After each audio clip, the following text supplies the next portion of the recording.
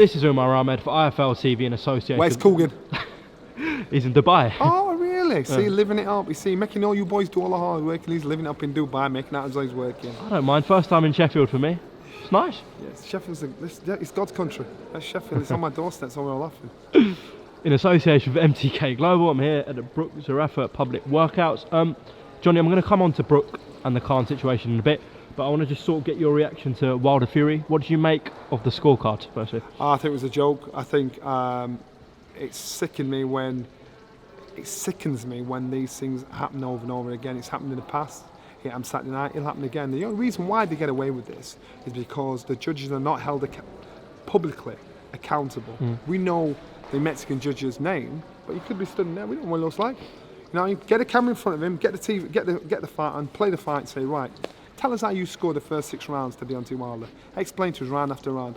When a judge is going to get exposed or questioned like that, he's going to make sure, he or she's going to make sure he does his job right, because it just gives the impression of stink. It gives the impression of corrupt. And the reason why I say that is when I was watching the fight, I was in a casino. Loads of people there, boxing fans, casual fans, and one guy said, great fight, I like that, but you know what? I'll not watch boxing again. I said, why? He said, it's corrupt.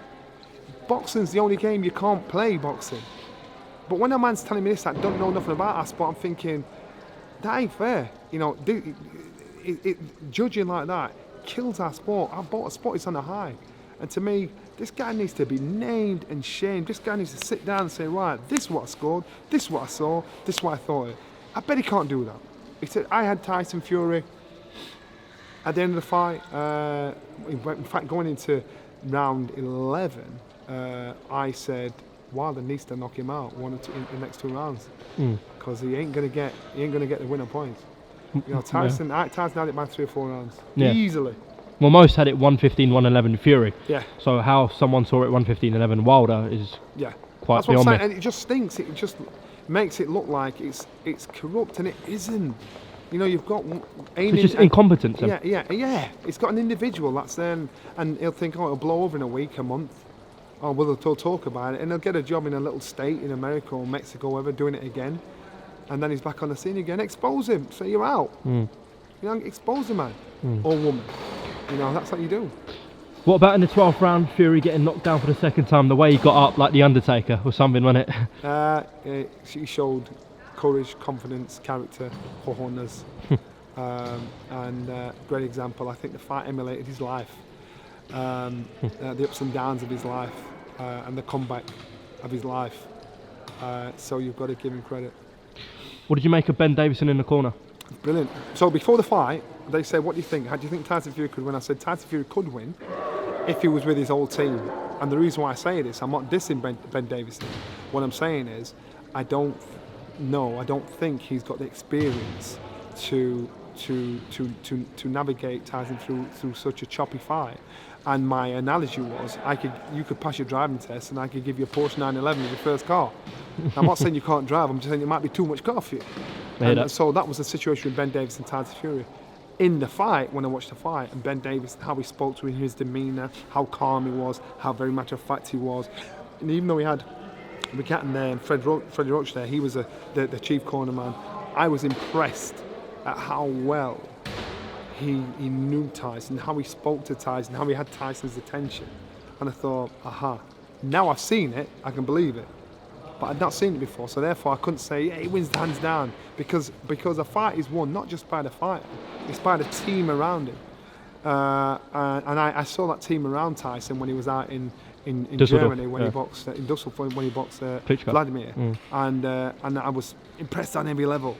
I didn't know this team, you know, so I thought it's hard for me to give you my blessing and say you've got this. I know Tyson had the ability because I've seen it firsthand.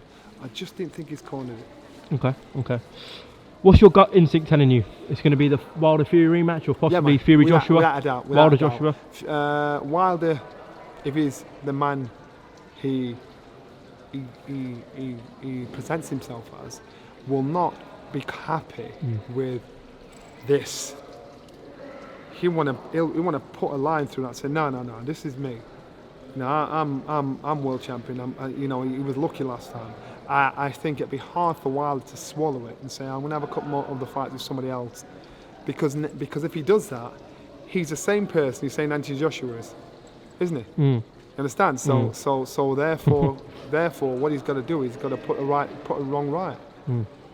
Just lastly on this, if the rematch does happen between Wilder and Fury, do you think it'll be easier for Tyson? Yeah, because now Tyson said he could beat him. Tyson now knows he can beat him. Tyson now knows he will never be outboxed by Deontay Wilder in a million years. Deontay Wilder's not going to learn the sweet science in a million years. But Deontay Wilder, you've got to give him man credit. 15 stone 1, and he knocked down a guy that was 3 stone heavier than him, punched the lights out of him. Yeah. You know, so it shows his power. But, late as well. Yeah. So you know what? This time it needs brain over bronze, and brain beat bronze. So he needs to get it right. Okay, just moving on. Obviously, we are here for Brook Fight Week. Yeah. A lot of talk of Khan Crawford potentially happening. What's your thoughts on it? Good on you, Khan. Do what you got to do. There's only so many ways a man can say no without actually using the word no, and that's with Khan and Brook. You know, every excuse has come out of their book, and people are getting excited, trying to embarrass Khan or say what they've got to say to make that fight happen. It ain't gonna happen. Let it go. And I think it's now got to the point where Khan's fans themselves are struggling to justify him not fighting him.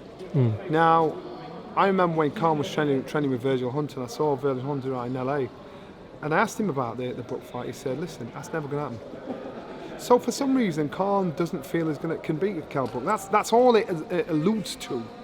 I don't think it's ever going to happen. Because remember, everything that's been said, everything that's been done, it's still not nudged Khan to say, I'm having him next. I'll fight him next. It won't happen. You can't put any more pressure on the man. You can only say no so many times that actually saying the word no. I don't want to fight you. It ain't gonna happen. You've got to let it go. Well, let's say Kell comes through this Saturday and Khan Crawford does happen. Where does Kell go from here? I think Kell fights at 154, boxer, and chases a world title at 154. Charlo Hurd sort of. Okay. That's what Kell does. Kell, I've always been surprised he can make 147.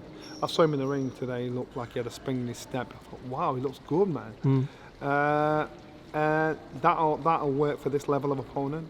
So he's trying something out, trying his new training camp, trying his new regime, see how it works. And so let's see when it steps up a bit. Let's see what happens Saturday night. Johnny Nelson, thank you very much for coming to IFL TV, and we'll see you soon.